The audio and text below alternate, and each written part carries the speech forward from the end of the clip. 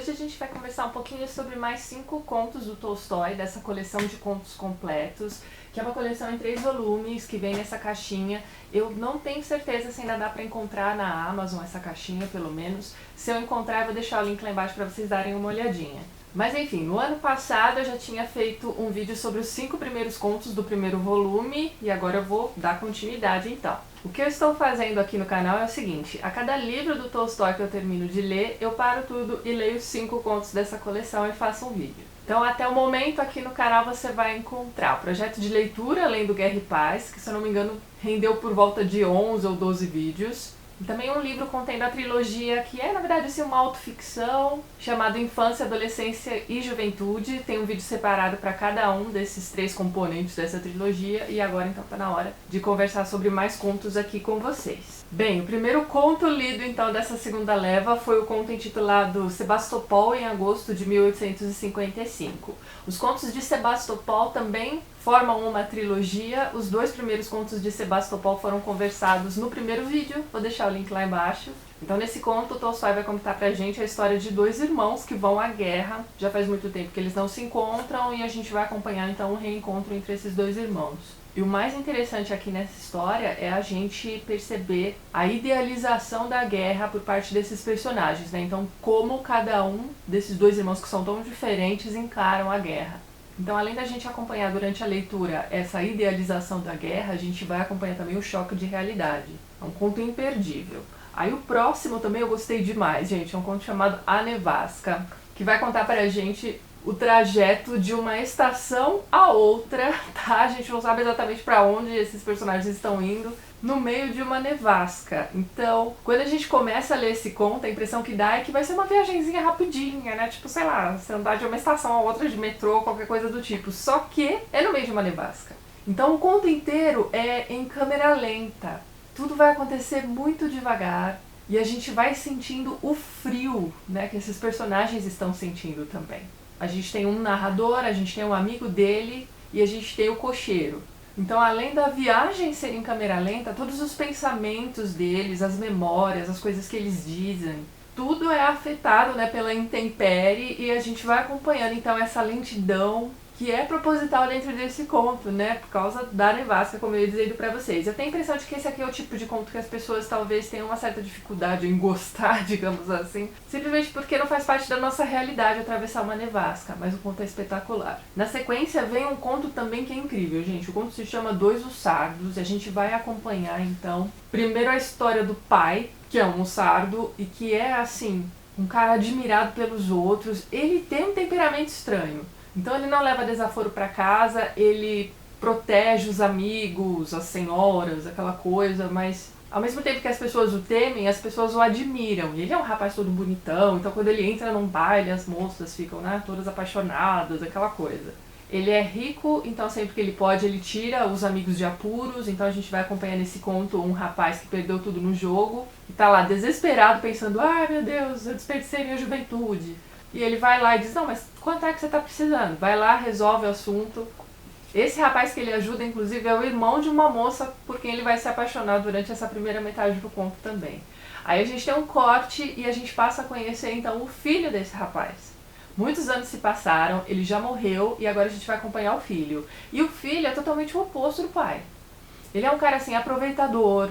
Ele se aproveita não só da boa vontade das pessoas, mas também assim, ele se aproveita da sua própria posição para conseguir regalias. Então, por exemplo, ele tá ali com a tropa dele se aproximando da casa de quem? Dessa moça, do irmão dela, que foram ajudados pelo pai, mas ele não conhece esses 2. Essa moça tem uma filha da mesma idade desse rapaz, e aí quando essa tropa chega, o pessoal da casa oferece as esbás, né, que são assim, casas bem simplesinhas, onde vivem ali os camponeses, as pessoas que ajudam na lavoura, essas coisas. E aí ele se acha muito melhor do que aquilo. Ah, não vou ficar no misbah, quero ficar na casa grande. Consegue ficar na casa grande, e a filha dessa senhora, que é uma moça toda bonita, toda bem educada, ele acha que ele vai conseguir alguma coisa com ela, entendeu? Nesse nível. E esse conto, ele tem um quê, assim, de nostalgia. Então, vira e mexe nos diálogos dos personagens, eles vão lançar frases como aquela que eu falei pra vocês, de ai, desperdicei minha juventude, tempo bom que não volta mais. E o que o Tolstói tá fazendo aqui é meio que mostrando pra gente que antigamente as coisas eram muito melhores do que hoje em dia, né? principalmente quando ele dá bastante destaque pro fato de que o pai desse garoto era um cara sensacional e esse garoto é um bostinha, sabe? Vale muito a pena a leitura desse conto, gente.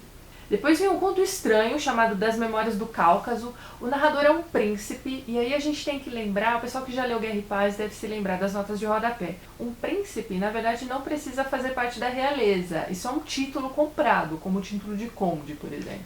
Então a gente já tá acompanhando esse príncipe também, que é um cara super bacana, enfim, todo mundo gosta dele. E aí também é uma situação de guerra, né, você tem ali os soldados descansando, jogando, bebendo, aquela coisa toda, e ele vai reconhecer ali dentre aqueles soldados um rapazinho que ele não se lembra muito bem de onde o conhece, mas sabe que conhece.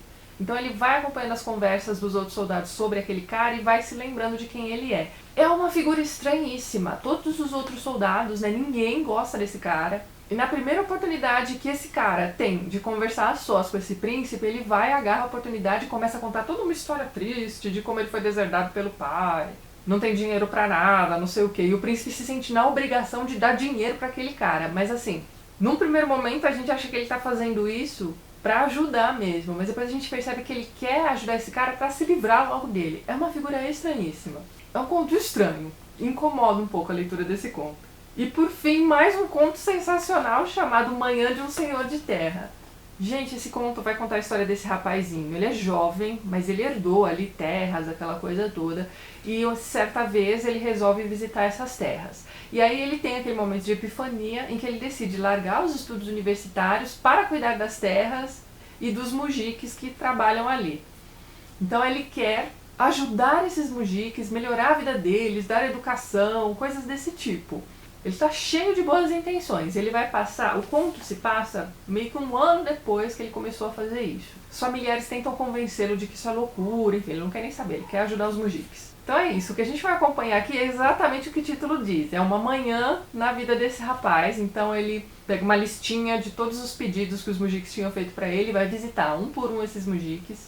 E ele tenta ajudar essas pessoas de todas as formas, mas essas pessoas estão tão acostumadas com a vidinha que elas levam, que das duas uma, ou eles não vão aceitar ajuda, ou vão pedir coisas demais. Então a gente vai acompanhando alguns desses mujiques que estão fazendo muito corpo mole, não estão mais trabalhando, ou estão recebendo essa ajuda do Senhor de Terra, mas só pra si, não estão compartilhando com a família e com os outros. E aí a gente vai vendo que essa coisa dele ser um patrão assim tão presente, tão amigão, digamos assim, não é uma coisa boa, porque eles param de respeitá-lo. Inclusive um desses mujiques vai dizer pra ele, não, quando a gente não tinha o patrão vindo toda hora ver o que a gente tá fazendo, qualquer um podia ser o nosso patrão. Então a gente trabalhava para que os outros vissem que a gente tá trabalhando. Mas agora que você tá vindo aí todo dia, pra que a gente vai trabalhar, não é mesmo? O senhor dá tudo aquilo que a gente precisa. E é isso. Então aos poucos a gente vai acompanhando a desilusão do Senhor de Terras, que vai percebendo que toda aquela boa vontade dele não está dando em nada. Na página 577 ele vai dizer o seguinte, ó: serão absurdos todos os meus sonhos sobre o propósito e as responsabilidades de minha vida? Por que me sinto triste, oprimido, como se estivesse insatisfeito comigo? Se antes eu imaginava que, quando trilhasse esse caminho, eu iria experimentar o tempo todo a plenitude do sentimento de satisfação moral que experimentei quando tais ideias me vieram ao pensamento pela primeira vez. Já faz mais de um ano que procuro a felicidade neste caminho e o que encontrei. Na verdade, às vezes sinto que posso ficar satisfeito comigo mesmo, mas é uma espécie de satisfação seca, racional. Mas não, no fundo estou insatisfeito comigo mesmo. Estou insatisfeito porque aqui não conheci a felicidade, mas eu desejo, e desejo ardentemente a felicidade. Por acaso meus mujiques ficaram mais ricos, adquiriram educação ou se desenvolveram moralmente? Nem um pouco, nada melhorou para eles. Para mim, a cada dia fica mais penoso. Se eu visse algum sucesso em meus projetos, se eu visse gratidão, mas não. Eu vejo uma rotina mentirosa, o erro, a desconfiança, a impotência. Estou desperdiçando os melhores anos da vida. Mais uma vez o Tolstói vai encher esse conto aqui com frases desse tipo. É um saudosismo, viu, que eu vou falar pra vocês. Mas é isso. E quando a gente conhece um pouquinho da biografia do Tolstói, a gente percebe que esse conto aqui também traz muito de sua própria história, né? Ele também tentou, num dado momento da vida, dar educação para os mujiques, exigir que as crianças fossem para a escola, só que isso para os mujiques não era uma coisa boa. Os mujiques precisavam das crianças para ajudar na lavoura também. Enfim, é um conto excelente, faz a gente pensar em mil coisas. Inclusive a gente consegue traçar aí alguns paralelos, né, enquanto ele está visitando esses mujiques, com o que nós tivemos ou que nós temos ainda. Não tenho certeza se ainda existe a Bolsa Família, enfim. Leiam esse conto, vocês vão entender do que eu estou falando. O próximo livro do Tolstói que eu vou ler e fazer vídeo aqui no canal, mas não prometo quando, vai ser uma leitura que eu vou fazendo espaçadamente aí ao longo do ano, será então Ana Karenina. Espero não demorar tanto assim para trazer esse vídeo aqui pro canal. Então é isso. Se você gostou do vídeo, não esqueça de dar aquele joinha, ajudar a compartilhar. Um beijo grande para todo mundo. Até mais.